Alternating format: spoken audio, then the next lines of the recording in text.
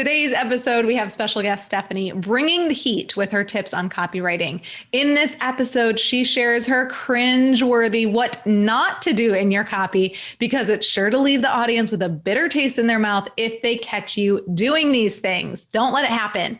She also dives deep into sales psychology, which will leave you with everything that you need to make sure that you convert like a rock star on your next launch. And before we dive in deep into copywriting, I also want to let you know, if you're like me, if you started your business just winging it, you have no formal business education, you see others around you hitting milestones that you want to achieve, and you want the fastest way to generate success, but you don't really know what to do or how to get there, then I want to invite you to my Concept to Cash Masterclass. Here, I'm going to teach you my 4 steps that every successful entrepreneur has implemented into their business. And not just any entrepreneur. I'm talking about the entrepreneur that loves what they do. They take Fridays off. They have time for the things that they love outside of their business. They're the entrepreneurs that work less and enjoy and earn more. All right. So to attend this free masterclass, just head over to thechrissichin.com/masterclass, and I'll see you inside.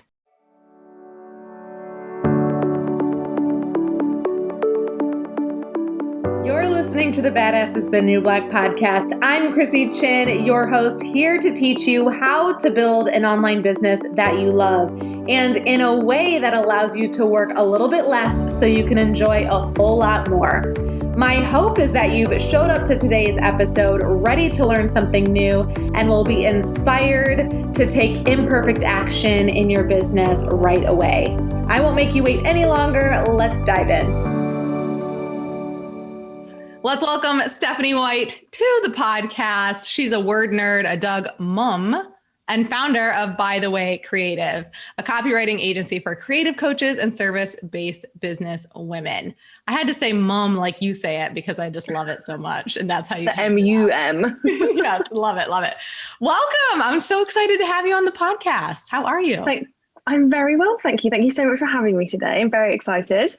Good. I'm excited to talk. We're going to talk about copy today.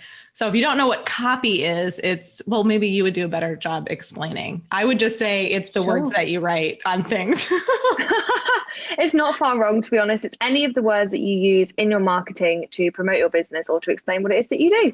Perfect. Love it. I love marketing. I love sales and writing it, typing it, speaking it, and all of the things, but I'm not I wouldn't call myself a copy expert guru. I don't live and breathe it every day like you do. So that's why I really wanted to bring you on so that you could give us your knowledge beyond even what I know to kind of steer my listeners in the right direction. Because most people, when they get started, just like I was writing my own copy, right? I wasn't necessarily hiring a copywriter right off the bat.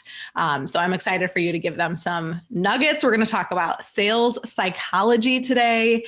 We're going to touch on ethical copywriting, because I think that's super important. And maybe if we get to it, a little storytelling. Sound good?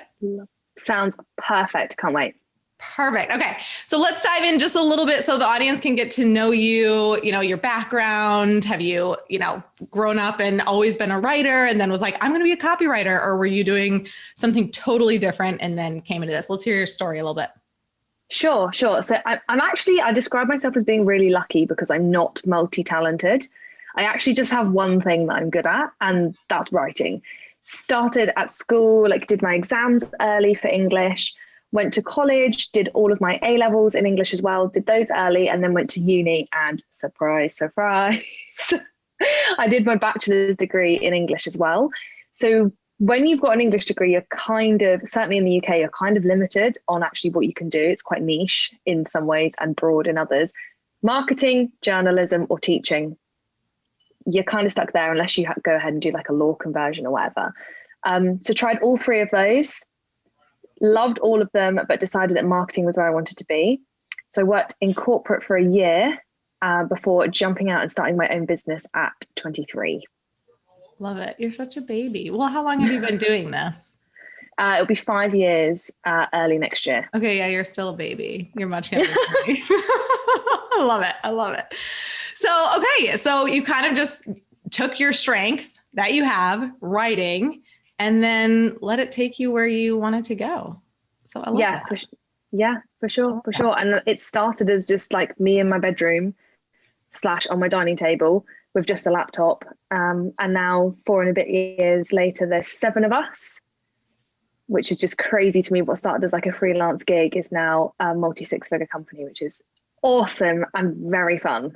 Love that. Love it. Let's dive in a little bit to the very beginning when starting. Because I know that there are, there's listeners that are listening that have, launched a course or a membership or have been in their business for a while. But then there's also these newer people who are just getting started. And it's not, super easy in the beginning for most people. So, I don't know, what your journey was like in the very beginning, but what do you have to say to that person who's kind of just getting started in their entrepreneurial journey? Yeah, the number one thing I'd say is consume your social media with caution when you're first starting out, because you will see loads of stuff about like overnight successes, or this person had this idea and then some investor bought it and now they're a multimillionaire and it happened in like the space of a year. Those are the minority. The majority are not sharing their story because it's just not that sexy. It doesn't mean they don't exist. They are out there. I'm really transparent with people that it took 3 years for me to make 6 figures. My first year in business, I didn't even match my corporate salary. So be really cautious about what you're taking in, and try to follow people that consistently inspire you, but don't give you like comparisonitis. That would be my biggest tip when you're first starting out, is choose who to follow. Yeah, 100%. You can't compare your beginning to someone else's middle. 100%. Like I've heard that all the time. And even if I think about my journey, and I talked about this on another interview just the other night, and I talk about how when I launched Grow Workspace, we reached 6 figures in 4 months. We made $1 million in 20 months. And that seems really fast. But then when I actually really think about it, and these are like the details that I forget to say most of the time, and it got brought up in the interview, and I was like, wait a minute, I really am like the overnight, like the 5-year overnight success, right? It was like 5 years where I was building up my network, doing other things, starting businesses. I started a wellness course actually with Claire first, like launched that, had 28 people attend our first webinar and like 12 people jump in or something. I don't even remember, the numbers are small. And I was kind of like, like didn't make very much money. And then I was like, okay, I'm not super passionate about this. I'm like heavy in my network marketing business. And I was like, I just really want to focus there. And then when Grow Workspace idea came about, it was like, okay, wait, can you come do this with me?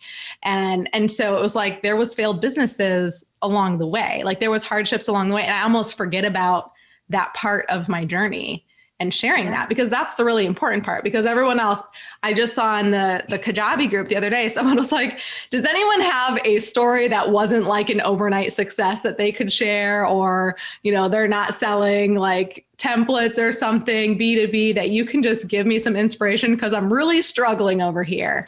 And, there was a lot of different people on there. I teach crocheting and have made 7 figures, but it took me, like a lot of years or whatever. And so they're like, oh, super inspired. So I love that you shared that and we're transparent about that. Like, didn't make 6 figures till my 3rd year, and now you're multi 6 figures and you've got a team of 7. So I think that in and of itself is super, super inspiring. So thank you. Thank you. That's so kind. It's about like looking for those stories as well, because they definitely do exist. It's just the ones that are more easily available to us are the overnight stuff. And like, I love what you said there about kind of changing your mind. I think people don't realize they can do that. And just because you were an entrepreneur with one idea doesn't mean that failed, you're now no longer an entrepreneur. Like you still are. You can go ahead and have a crack at it in a different way. The best example, and I've completely forgotten her name right now, but she was really high up at Tinder, the dating app, and she got dismissed. I think because she brought up some sort of like equality issue in the app, and that women were being treated fairly either in the company or through the app. And she got dismissed. Dismissed. Is that like a really nice way to say she got fired? Yes. Okay, I love it. Yeah, she got fired. And now she's one of the richest women in the world because she founded Bumble. Oh my gosh, amazing. She was like, look what I can do.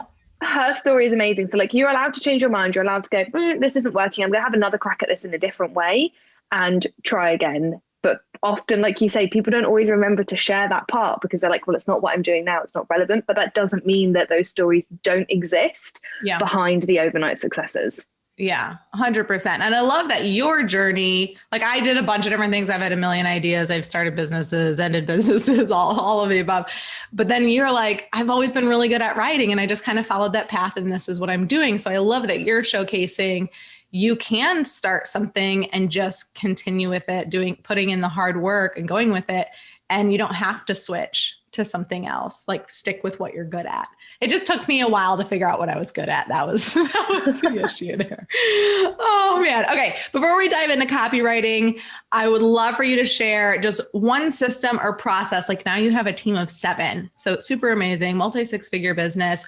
What's one system or process that you have implemented into your business that was just a game changer for you?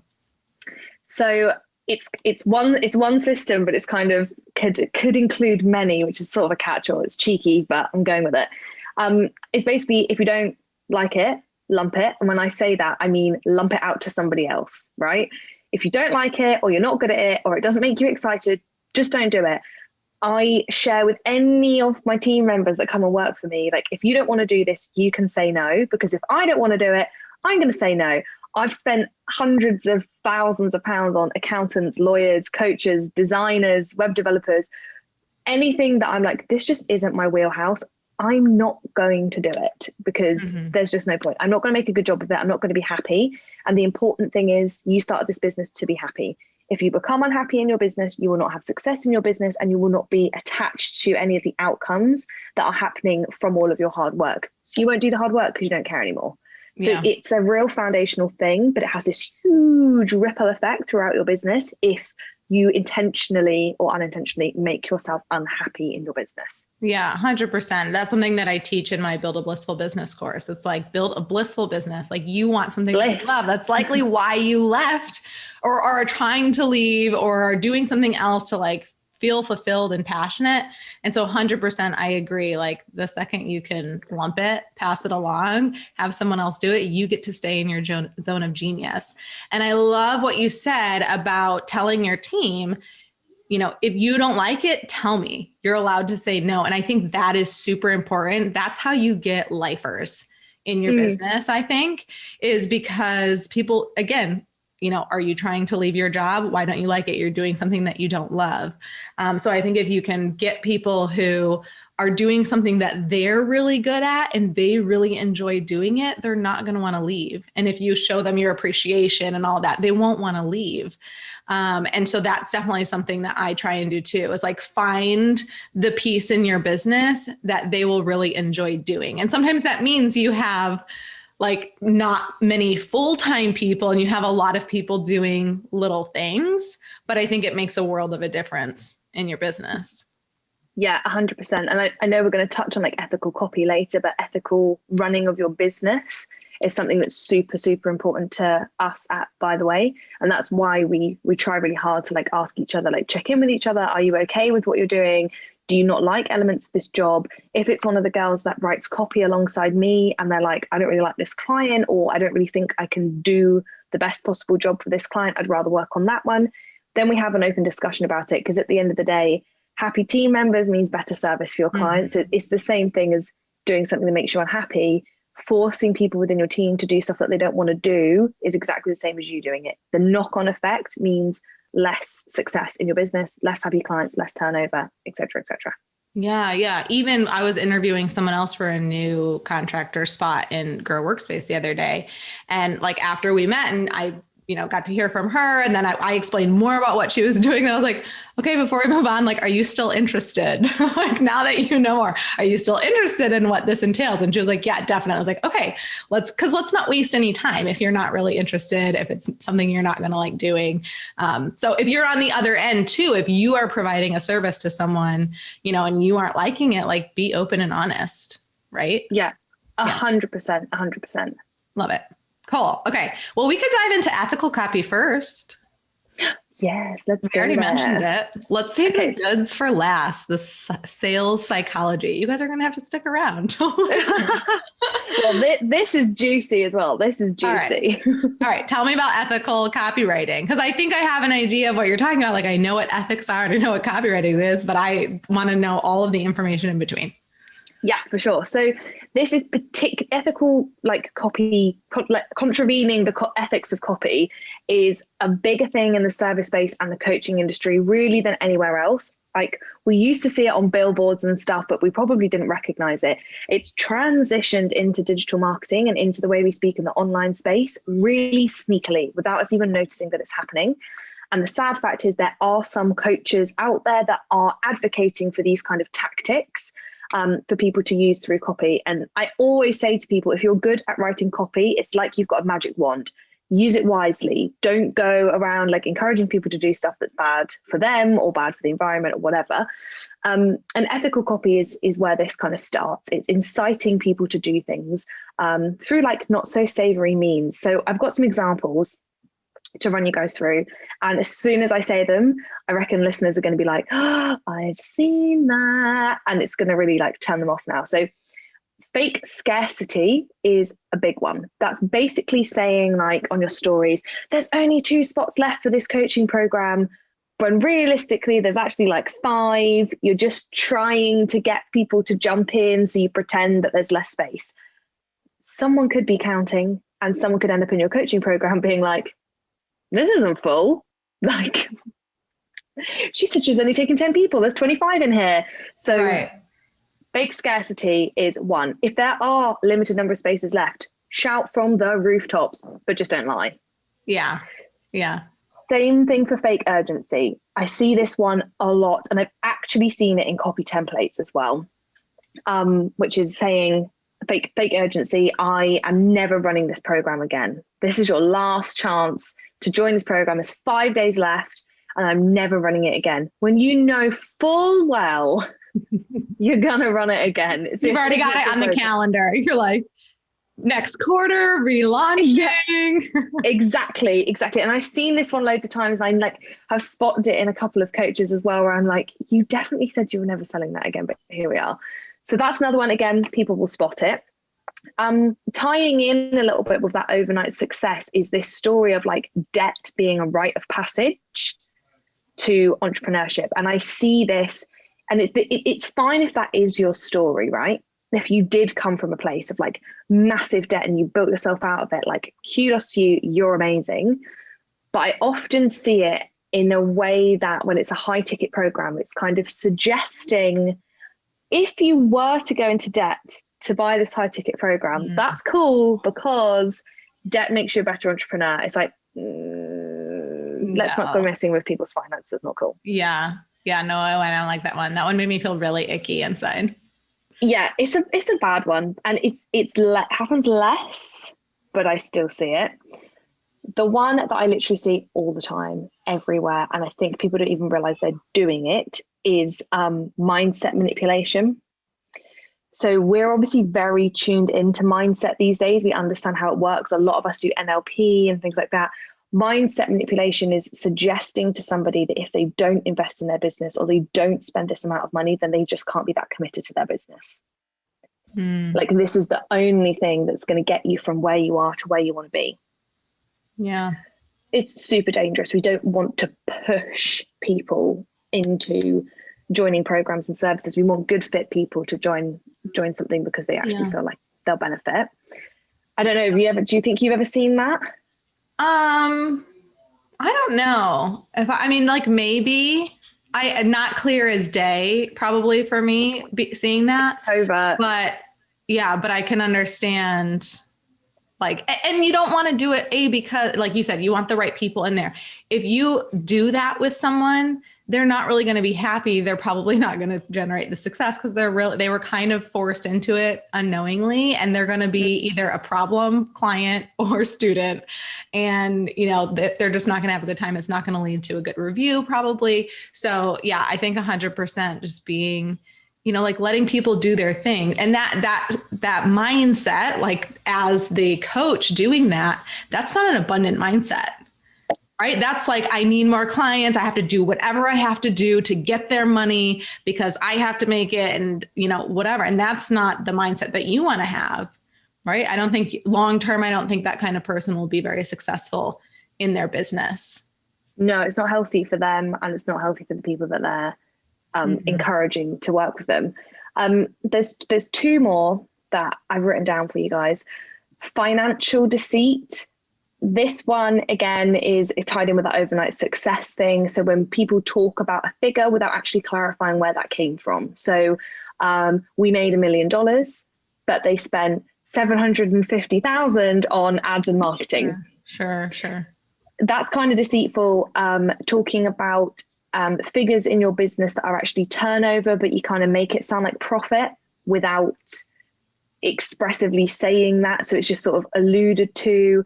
And then the classic that I've seen so many times is if you've had like a 8-point-whatever-K month, then saying that you have a 6-figure business, because 12 times that is. Yeah.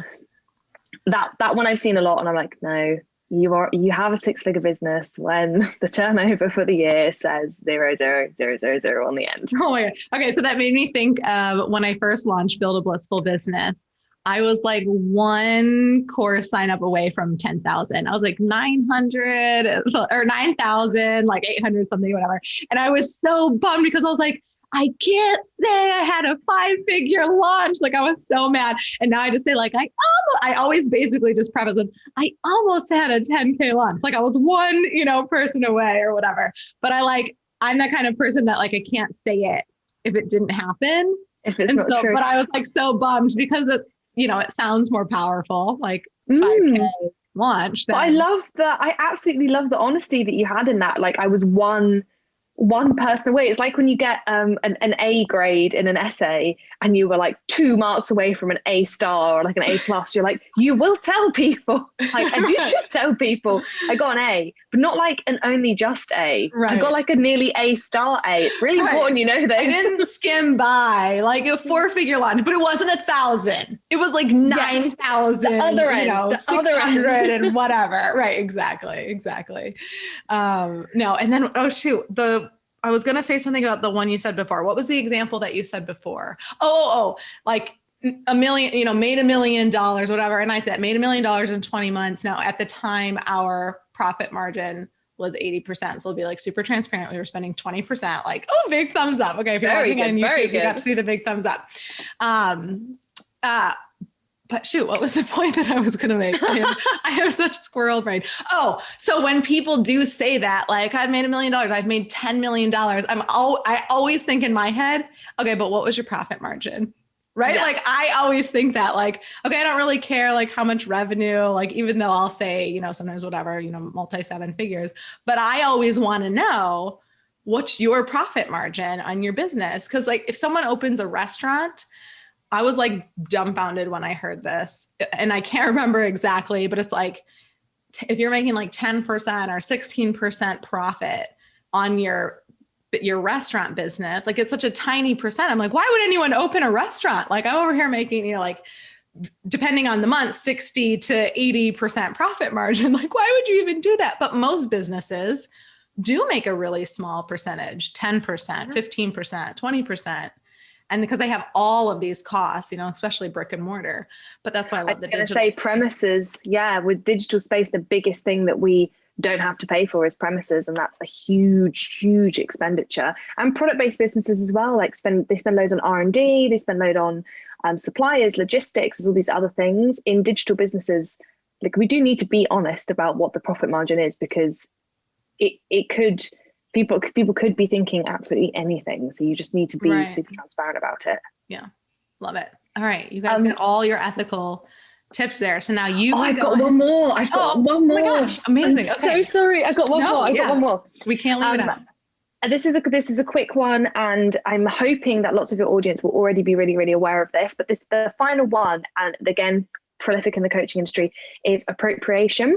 So have you guys talked about appropriation on the podcast before or heard the phrase? No, I don't think so.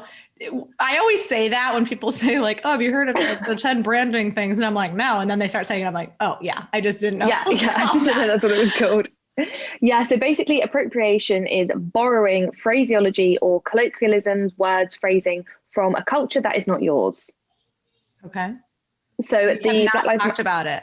We have Oh, not okay, talked cool. about it. Oh, I get to say Brand about new this. content here, you guys. Boop, boop, boop. So this really came to the forefront when Black Lives Matter was being massively talked about in the online space. This hugely came up during this period of time. It's essentially there's a lot of words and phrases that we use in our day-to-day life, especially online, that we don't realize are like borrowed / stolen from other cultures like Black female entrepreneur culture, gay culture, other ethnicities that are not white. And it's mainly like white coaches, white service providers that are using this language and using this phraseology. So it's just something to watch out for. There's tons of resources. I'll let you go do your own research on it and find some really great Black creators that you can find more about this from.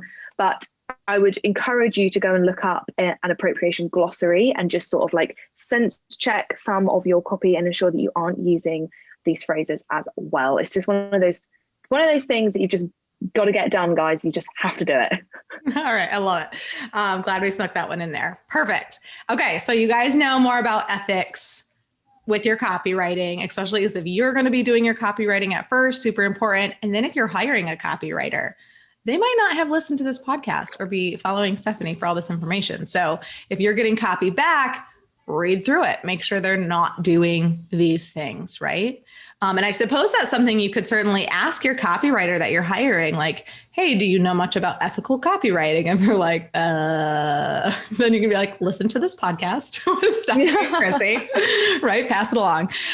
So you could do some vetting beforehand, but certainly be reading through your copy. And now, you know, like you could even make some notes and check these off to see, like, make sure we're not doing this. Am I going to ever do this course again or do this launch again? Let's not say we're never doing it. Love it, love it, love it. Okay. So let's dive into sales psychology. I love psychology. I actually was going to be a psychology major at first in my college career. And I was like bombing the tests and I was like, this sucks. So I was like, that's not for me. And I ended up going into nursing. And why I really loved nursing was because it was like anatomy and physiology. And I really just had to memorize a bunch of things. And so I was like getting 100% on these anatomy tests because I would just study and memorize. I would study psychology, my psychology course. I would study way more than my roommate and best friend growing up. We were in the same class and she would never study. And we would take the test and she would ace it. And I would be like, B. Probably low B. Probably a low B. Like that. And so I was like, okay, this just does not feel good. I guess this is not my industry. But I am super fascinated by psychology, by how people think and why they do what they do. So I'm super excited to learn more from you about how to, you know, whether you're going to talk about like incorporating it into your sales, or I feel like this could also be like, I think a lot of people, an audience, if you're watching on YouTube, tell us in the comments whether this is you. Like sales, they think sales is gross and yucky and sleazy and slimy because they think that people are trying to manipulate other people into buying stuff, right? So if you've ever thought that in your head, like say, yes, I've thought that about sales. And if you just love sales and you're like, no, this is amazing, we can use psychology for good, tell us in the comments. So I'm just going to let you dive into the topic and share whatever you want to share about sales psychology. Okay, I literally have so many things to say about it. So you might have to stop me because I will just carry on forever. That's fine. We're going to go, we're going to go extra long on this episode, just to 1.5, 2x, so you can get it in. No, okay. So dive in and let's see what we can get through. Sure. So I can say two really great things about people that feel that sales is icky and it feels yucky and it feels gross. The first thing is, if you are writing sales copy or you're like looking at other people's sales copy to get tips and stuff, and you're trying to then do it yourself and it feels gross, it's because you are not writing to your true personality type. So your personality type, but also your ideal client personality type. The likelihood is they are the same because you've gone through your journey, experienced things that you've experienced, which have enabled you to coach, create, build courses for someone who is like you 2 years ago, 5 years ago, 10 years ago, right? That's why you do what you do, because you're sharing your knowledge with someone who could be helped by the things that you've gone through. For that reason, you are probably sold to in exactly the same way that your ideal client is sold to. So what do you buy? What do you look at when you are buying that thing? Are you the kind of person that scrolls through a sales page? You're like, okay, don't care what you say, person that's selling me this thing. Where's the testimonials? I want to see what your clients say. Do you buy like that?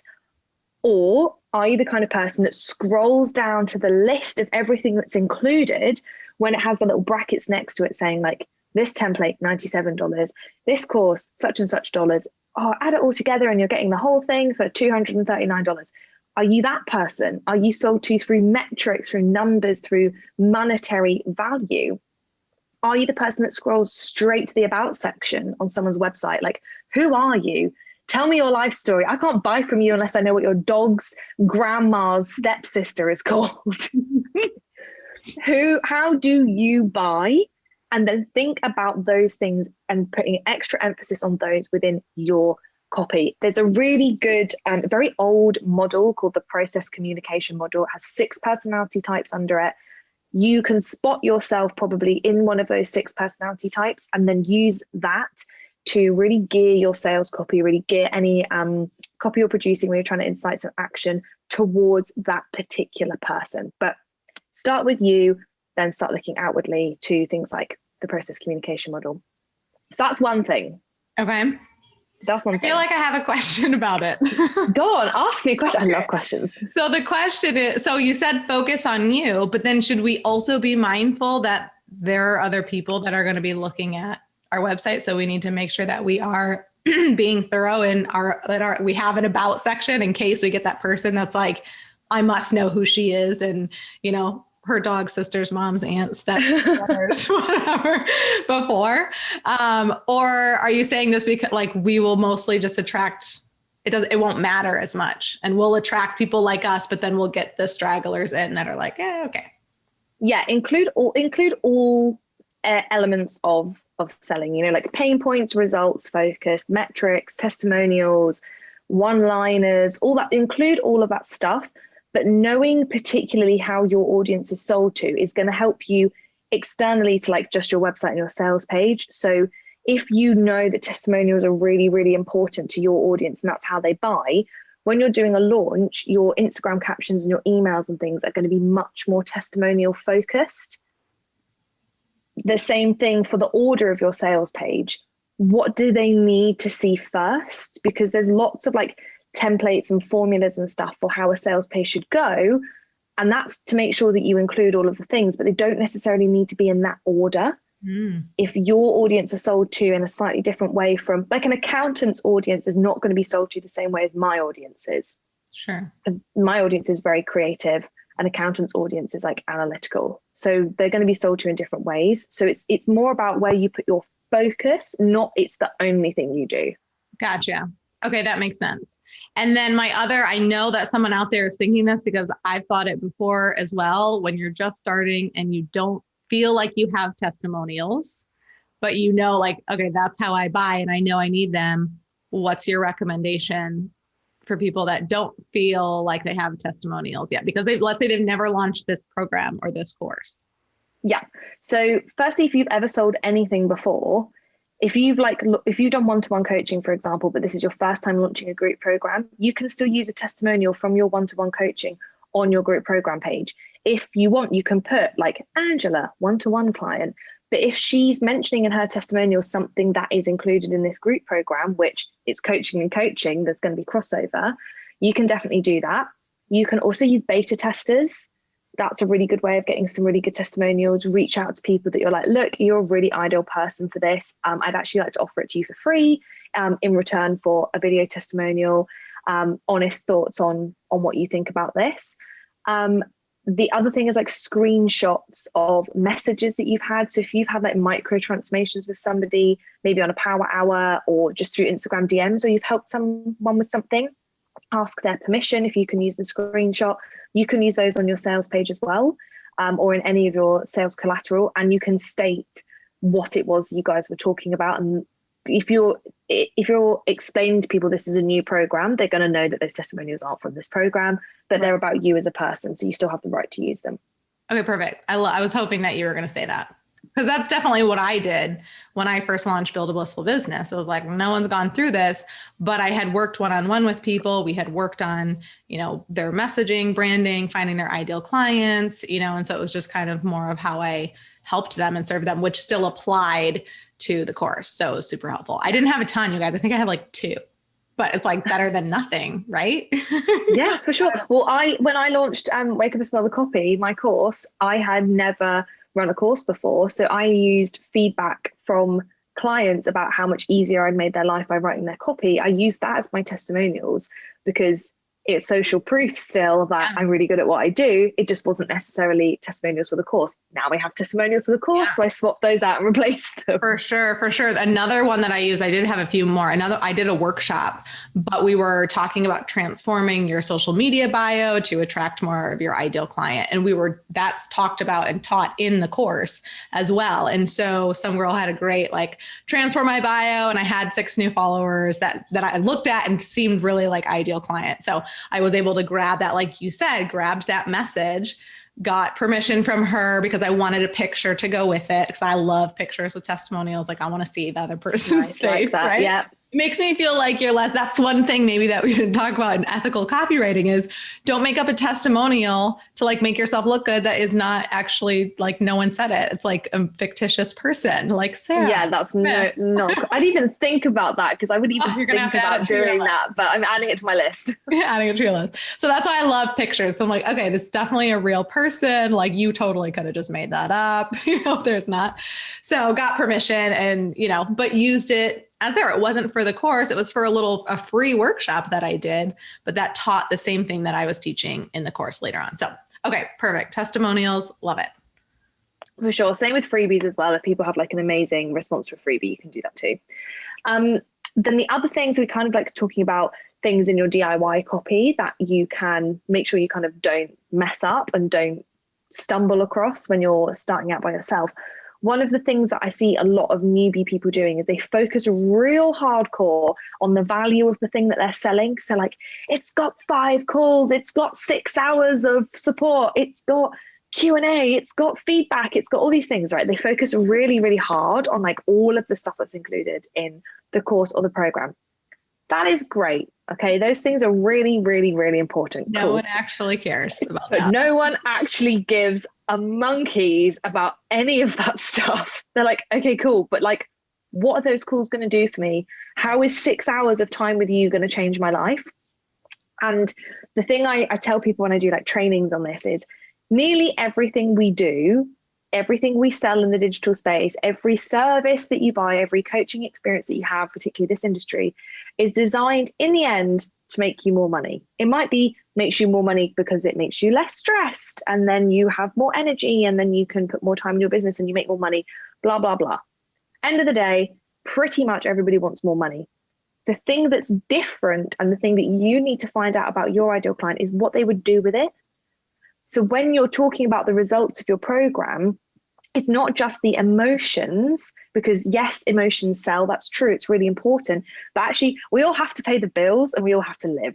So what is that person doing with the money that you're going to enable them to make? Do they have children? If they have children, the likelihood is they're going to provide things for their kids, great experiences, maybe things that they didn't have. If they love traveling and they're a digital nomad, they're going to spend that money on plane tickets, going to somewhere they've never been before, buying a camera so they can take pictures of that place.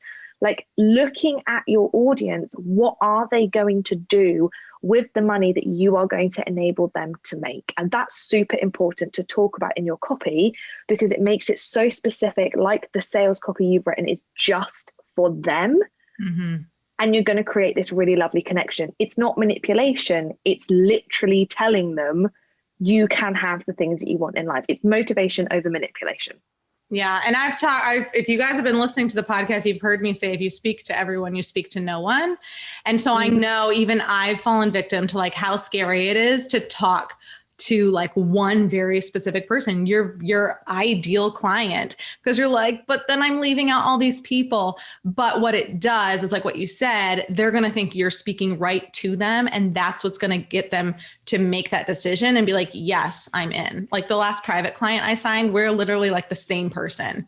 And it's because I've literally just been basically speaking to myself out there and like not holding back. And so she's like, oh my gosh, like we're the same. I connect with you so much and I'm loving working with her. Right. So don't be afraid to get super specific on who your person is and speak to them. It doesn't mean, if you're speaking about travel, it doesn't mean I don't know how the phrase is.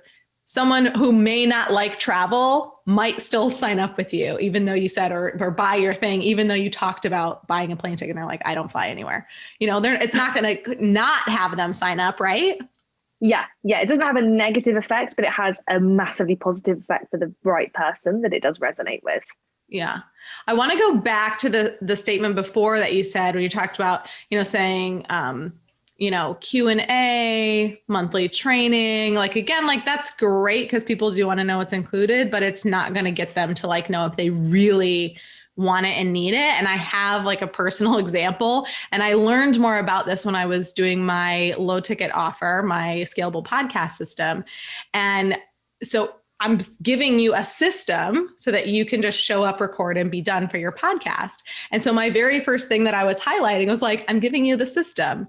And the person that was working there, they're like, they don't really care about that. They want to know what this system is going to do for them. And so it's really highlighting more of, I'll give you what you need to be able to just show up, record, and be done. They don't need to know it's the system. Once they're like, yes, that's what I want, they'll purchase. And then inside you'd be like, okay, in order to get that, you need to apply this system. Yeah. And that's where you can talk more about what it is to help them get to that point. So I wanted to just go back to give you guys just a real life example of what that could look like. Because I see it all the time. It's just X amount of hours of training and no, focus on what that training, that transformation that's going to give them.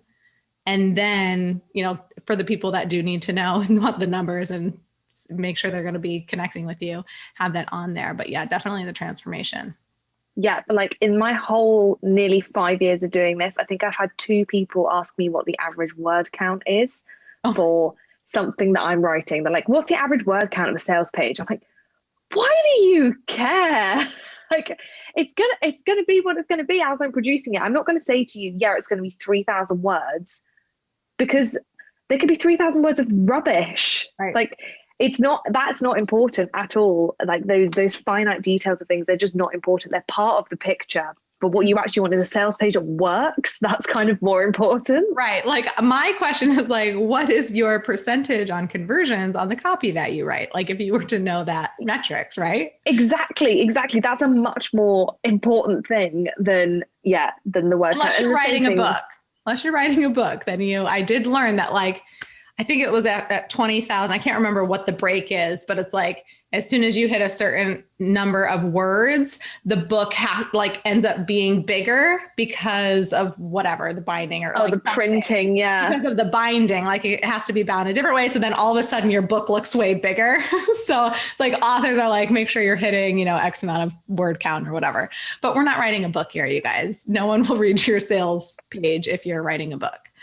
That's kind of another total, and I'm sure you have more on sales psychology, but thoughts on I've seen just really, really long sales pages, and I don't read them all. I'm the person who's I look at the bolded, the bullets, the standout things. Yeah. And then I scroll down to see what's included, how much it is, and what the testimonials are saying. And that's how I buy.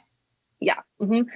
Get all the important stuff in first. Get all of that stuff in straight away. If you want to carry on and you want to write a really long sales page and you think your audience is the kind of person that's going to read a really long sales page, go for it. 9 cases out of 10, you don't need a really, really long sales page. You need to make sure that the quality of what is on there is incredible. It's speaking really specifically to this ideal client. It's getting the value of the product, program, service across. And it's got your personality injected into it, which is one of my next tips. That's the more important thing than having a huge long sales page. And I've had clients say before, oh, I'm used to having really, really long sales pages. I'm like, try this, mum.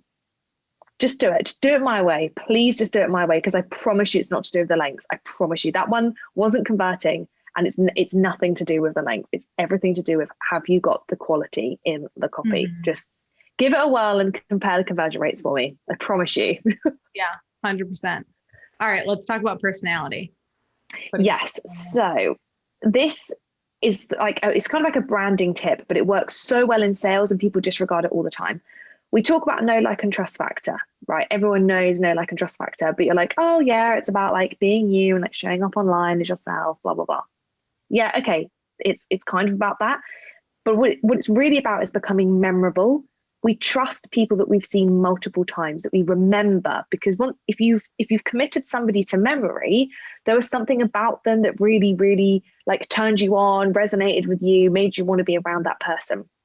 Those things are brand elements, motifs, whatever you want to call them. They're things about you in your real life that you inject into your copy, and then you bring it up again and again and again, to the point where if someone saw that thing in a picture or in the shop, they would think about you straight away. And it's so powerful in sales copy, and we disregard it all the time. So you and coffee. Me and coffee, exactly. Everyone knows Stephanie White, no sugar. My course is called Wake Up and Smell the Coffee. I have like all of the things on my website, like hot and frothy brand voice, like all of these things, templates that I'm going to be bringing out called copy pods. Like it's everywhere. But it makes people remember me. It makes people resonate with what I say, hot and frothy sales copy, blah, blah, blah. You have that stuff in your life. You have that stuff in your day to day. Doesn't mean you need to share like a really intimate personal detail, but it could just be your favorite drink. It could be that you always talk about your pets on stories. It could be that you make jokes about where you're from all the time.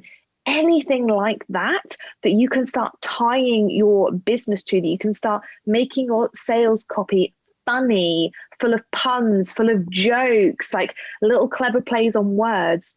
If you can start pulling that together, your sales copy goes from great sales copy that's converting to great sales copy that they can't ever forget.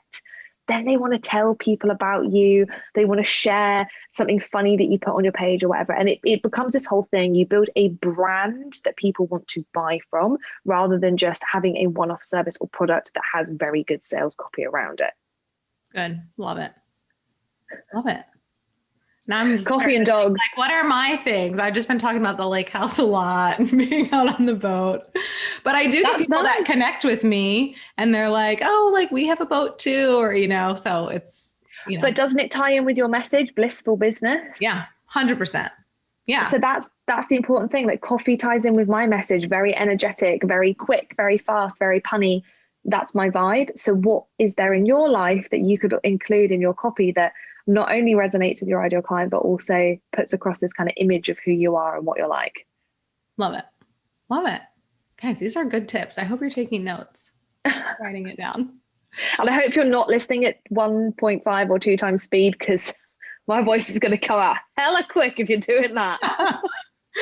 I much prefer listening, like I'll go back and re-listen to my interview podcast, because I'm, here I'm like, the interviewee or whatever, and like trying to think of like the good tips that I want to also bring that I, whatever. And so then I go back and I listen just as the student, so I can just take it in from a different perspective.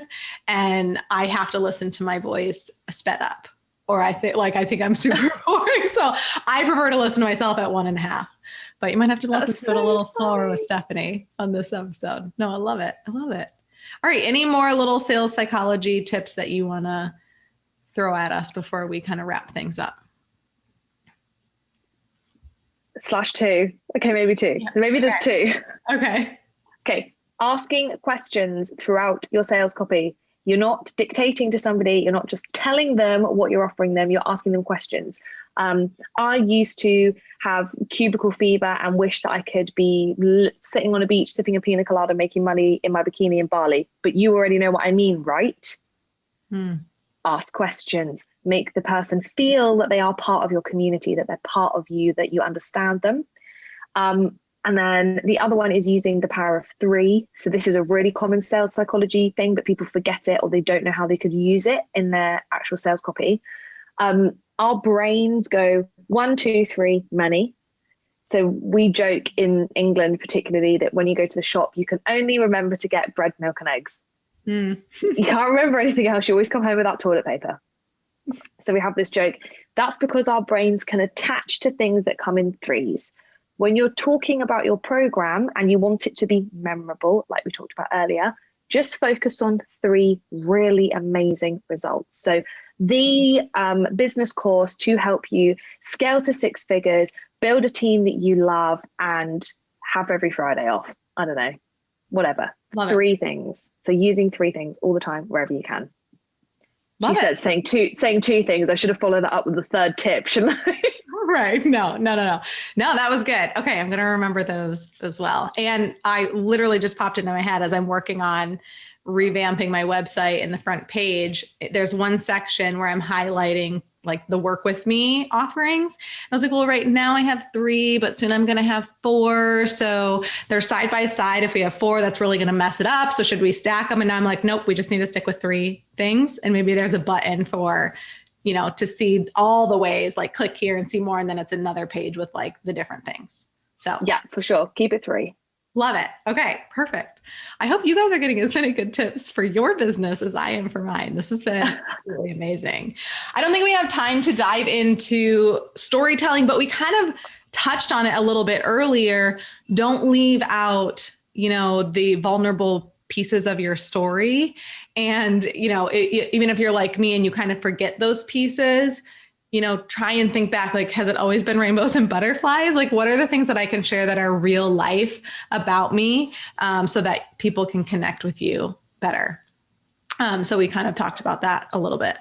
I don't want people to leave without knowing how to find you, connect with you, get more from you, because like your social media, I follow you there. You put out great tips on your social posts. I get your emails because I signed up for, I think, the freebie that you have, or the offering that you have for us today, which was amazing, by the way. And now I open up every one of your emails and read them because you provide such good content in there. How could you not? You're a copywriter.